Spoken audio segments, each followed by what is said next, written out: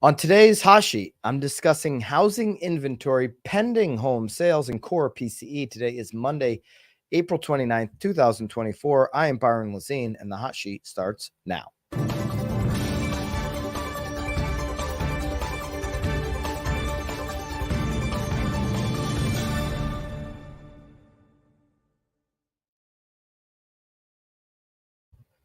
Welcome back into the hot sheet here as we kick off a new week. We'll kick off with inventory as we always do every week.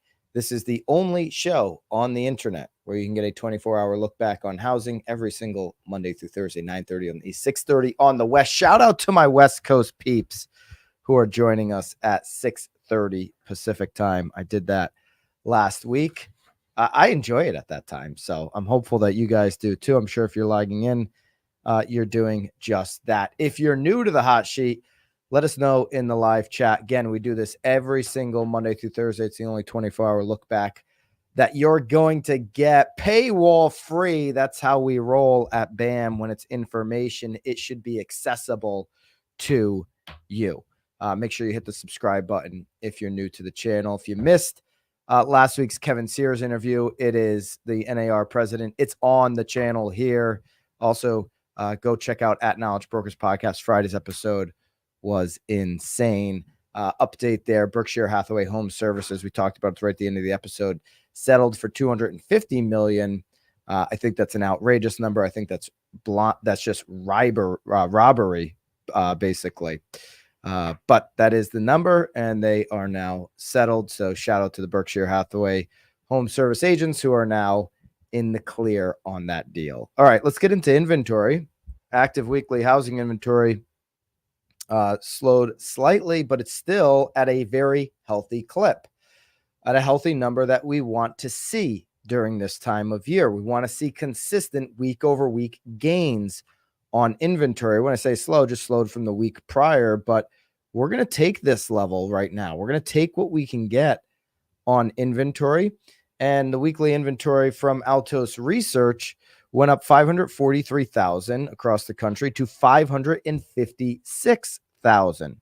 So the 556,000 that we're at right here, the end of April, this is the week of April 19th to April 26th, is damn near the peak from 2023 at 569,000. In fact, if we get a gain like we saw this week, we're going to be flat with last year's peak when we show up next Monday for this report. Okay, last year's peak came on November the 17th. So we're likely to get an inventory peak in, whether it's next week or the week after, technically. I mean, if it's not next week, we're going to be maybe 1,000 or a couple hundred off. I mean, just if we match this week, we're going to be even. Could be over. Could see another pop here, similar to last week, which would push us over last year's peak. So we're getting the peak to match, or we're matching last year's peak. This won't be this year's peak, but we're matching last year's peak in May as opposed to November. So the question is, how high could this inventory go? I could see it going much higher this year. Now, I don't see it going into 2019 level. 2019, we're at 866,000 at this time. I don't see us even approaching that at any point this year. 2019, normal market, of course. We saw June was the peak at 966,000, stayed flat all the way until about October when it started its seasonal decline. Where could we get this year? I think we could get up over 600,000. Again, last year's peak was 570,000. The peak in 2022 got up to 578,000. They will definitely break that here in May. So we'll have May break 2023's peak inventory level and 2022's peak inventory level. Of course, we're already over 2021's peak inventory level because that is, the lowest of all time. And when we break 600,000 this year, which we'll do, when we break 600,000, the last time we were actually at that level was August of 2020 on the way down. Remember, that was a odd year, 2020, because the market happened in the second half. The spring market was really the fall market in 2020. And so you saw inventory going down during a time when it's typically going up like it did the prior year and really all the years prior to that. So for the first time since August 2020, we will have broken 600,000. When we do hit that number, it'll be about how much over 600,000 will this go on active inventory. Right now, we'll take where we're at. We're at a healthy clip, and we want to see that number continuing to go up. What drove the active inventory this week? New listing data certainly helped. We're at 70,665 across the country. That's greater than last year's 63,000. We expect to be greater than last year's, as last year's level was the lowest of all time when it comes to new listing data. We were basically just shy of 2022, which came in at 72,009. That's the dotted line that you see going across, was 2022 level. Well, the 2022, we saw some numbers shoot up into the 80s. We'll see if we can get there over the next couple of months. And then come in 2022, come August, you saw that number decline throughout the rest of the year. We'll see where this goes this year. Our new listing is going to continue to climb. That's what we need to see to really get this inventory back to a healthier level. Price cut percentages. Price cuts right now are tracking about normal. 1/3 of all homes in an average year will take a price cut before they go and sell. Right now, we're at 32.5%. That is pretty much 1/3 of all homes. So this market is reacting like a normal market when it comes to how many people are going to take a price cut before they're able to sell. Last year, we were under a normal market, 29.2. Of course, 2022, way under that number. So about 1/3 of homes right now are taking a price cut. That could be higher in markets where inventory is going up quicker. Be thinking the Southeast markets, Florida in particular. Brock has a comment here. I'll move it to a screen so I can see it. Getting close to 22. Things are really starting to take shape on listings in Charlotte. The difference is DOM is increasing. Seller expectations is so important on the DOM. Sellers are probably right now, if you're taking a listing and you want to avoid increasing days on market, you're going to have to really educate sellers, because they have been accustomed to seeing homes go on the market and off within days of going on the market, because their conditioning has been what we've seen from the end of 2020 until today. And so if they're on the market a week, 2 weeks, they might get freaked out. They might get spooked. Remember, educate them on the history. Go back to normalized markets. Go back to 2019 in Charlotte or whichever market that you're in. Show them what days on market looked like then. We're going back to that time frame. Okay, these are the markets that we need to educate our sellers on, and what's happening in real time. Just because there's comps that say you can get the highest price in the neighborhood doesn't mean that the competition says that you can. Okay, how many homes were available on the market, actively listed, when the last record in the neighborhood went under contract? Oh, there was no homes competing with it. Today we have 5 or we have 10. So if we have that much more competition and we don't have more buyers, what do you think is going to happen here if we go out at that record price, Mr. Seller? Do you want to have that aspirational price where we attract, even a smaller segment of buyers with more competition? Do you want to go out at today's market, or do you want to go out under the competition to entice the most activity and potential for competition in this particular climate, which it sounds like, oh, wow, our prices may be stabilizing? I believe that that's going to be the case in those markets where you're seeing inventory pop up. It's very expensive to live right now. I'm not saying that prices are on a cliff. I want to be very clear when I talk about this stuff as it relates to inventory. I'm not saying prices are on a cliff. I believe prices, for the most part, are stabilizing. So All right. Let's move into pending home sales. NAR had a report with pending home sales. You'll see the headline is positive. Pending home sales ascended 3.4% in March. Right now, NAR forecasts 4.46 million existing home sales in 2024, which would be a 9% increase from 2023. We would take that. Month over month contract signings rose in the Northeast, Southwest, but dropped in the Midwest. It's month over month number. Again, overall, 3.4%. Okay. Let's keep in mind, though, that February was ridiculously low and last year was ridiculously low. We're in a 2-year recession, basically, when it comes to housing. So 3.4% off of a ridiculously low number is, 3.4% off of a ridiculously low number. The index remains at 78.2. Okay. Anything over 100 coincides with higher level of activity relative to 2001. Do we have more or less people in America than we did in 2001? Probably more. I'd say, yeah, it's safe to say more. Is the big generation of millennials now home buyers? And were they in 2001, right? That we have more people who want to buy a home today than we did in 2001, yet the activity is 78.2% of the activity relative to 2001. 2001 was 100. We're at 78.2. We're well off of the activity levels that we should be at. We're like basically 2/3 off in terms of the sales that we would be accustomed to seeing to meet demand, the commission flow because of that lack of sales. Like all of this has taken a hit. That's why we're in a real estate recession. Home prices do not have to go down. Logan Moshami says this all the time to be in a real estate recession. Home prices have gone up, but everything else is down. Mortgage applications way down. Pending home sales, albeit month over month up, down from historic normal levels. Sales way down, right?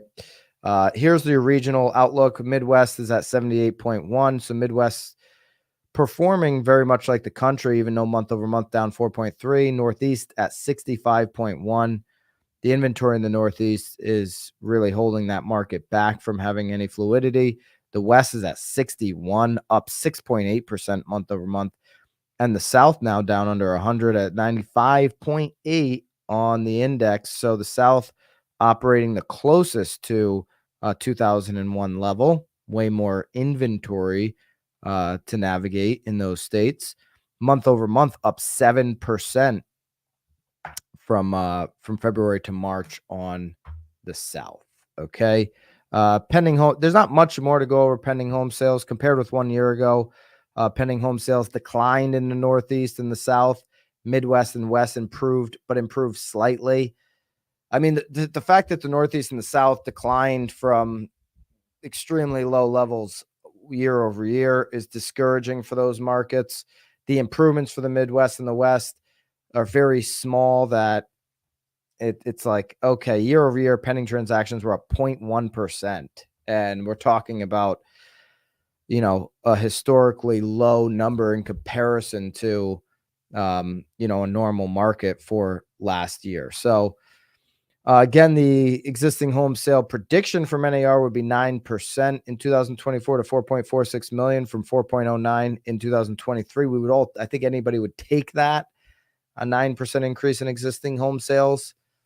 We would take inventory going up. We would take existing home sales going up. They've got another 13.2% in 2025 to 5.05 million. That'd be fantastic. Get back up over 5 already in 2025. We'll see what happens, obviously, with the economy. I think rates higher for longer. It's Jerome Powell week, by the way. It's a Jerome Powell day on Wednesday. So we're going to have an exciting week being able to cover what the Fed does. Do they keep rates exactly where they are? That's the expectation. That would signal higher for longer. So there's still going to be an affordability crunch that holds some of these deals back, obviously, from coming to fruition. Housing starts, according to NAR, expected to rise 1.2% this year. and they've got 4.9% in 2025. I don't, as existing home inventory goes up, I see those numbers coming down, but that's me. All right. I'm not going to read Lawrence Yune's quote, even though he gets paid a lot of money to put out those monthly quotes. I'm not going to read it today. Maybe next time. Let's go to Core PCE, which came out Friday. Bureau of Economic Analysis shows a 0.5% increase in personal income and 0.8% in personal consumption expenditure. Okay, so those are two big numbers that dropped on Friday. Personal income increasing by 122 billion or 0.5%. And then the PCE, which is the more important number, because this is the number that the Fed pays attention to. It's their favorite metric. Came out Friday right before their meeting this week. And that went up more than anticipated. So that 0.8% beat expectations of, I think it was 0.7%. So not a crazy number there. That's a number that's just basically validating what we've been seeing. The inflation readings are hot. They continue to be hot. They were hot for all of quarter 1. They continue to be hot now in April. And inflation is not going away as quickly as we'd like it to go away. It's like the first, 3/4 of the battle were pretty easy. First 3 quarters. Now you're in a dogfight in the fourth quarter versus inflation. And the Fed, it doesn't have a lot of tools to fight this, right? So that's where we're at on that. Another hot reading. We're going to break down, as we do every single week, what Jerome Powell and the Fed, the FOMC decision is. When we come back to the hot sheet on Thursday morning, we'll go through every single quotation in his press conference that relates to housing. So if you've never been around for one of those, we do it every 45 days when the FOMC meets. We'll carve out of the 60 minutes, the transcript, every moment he talks about housing. We'll go through the sound bites. We'll take a look at the tone and tenure of this presentation, of the press conference that he does, and we'll see what that might mean for the future of cuts. I think it's pretty much baked in the cake. We're not going to see a cut. They're just going to hold firm as they have. Don't be, again, I keep saying this. If you got a 30-year fix is going to get down to 5% this year video over there on Instagram, go delete it. You're going to be, that's just not good information to be sharing with the market, especially with what we're seeing. Speaking of the market, Dow, S&P, and NASDAQ are all up to start the week. We'll take that. The 10-year Treasury yield stays high, 4.645 right now. It's obviously going to keep the 30-year fixed elevated. We ended the week at 7.45 after really bouncing between 7.38 and 7.52 all week. The 30-year fixed Freddie Mac weekly survey came in at 7.17, up from 7.10 the week before. So officially, by all metrics, whether you look at the weekly or the daily or your local lender, outside of some people that can qualify or get some buy downs, your average 30-year fixed is coming in well over 7% at this moment. None of that matters if you have what I would call clients for life. How do you take your database, the people that you've served in the past, formerly called past clients, and turn them into lifetime clients? We're going to be talking about it on Wednesday, myself and Amy Stockberger, how to create lifetime clients. It's a webinar that you don't want to miss. It's absolutely free. It's great information. I love the mindset and the strategies that Amy Stockberger has built to create lifetime clients. So we have a Wednesday webinar. Myself and Amy are going to be going through it, all the details on how you can turn your clients into lifetime clients, so the market swings don't really matter as much to you if you've got people that are constantly referring you, constantly coming back to you. It starts, you kind of start your year off like, oh, great. I've got stability in my business. Another way to have stability in the business. And Amy will be at this event with me. So on Wednesday's free webinar, if you like what you hear from Amy, and you want to hang out with her in person, myself, the broke agent, we're all going to be at the 1,000-watt event, the Brand and Marketing Summit. Answer the wake-up call, the real estate event for those who want to meet the moment with confidence. It's June 25th to the 27th.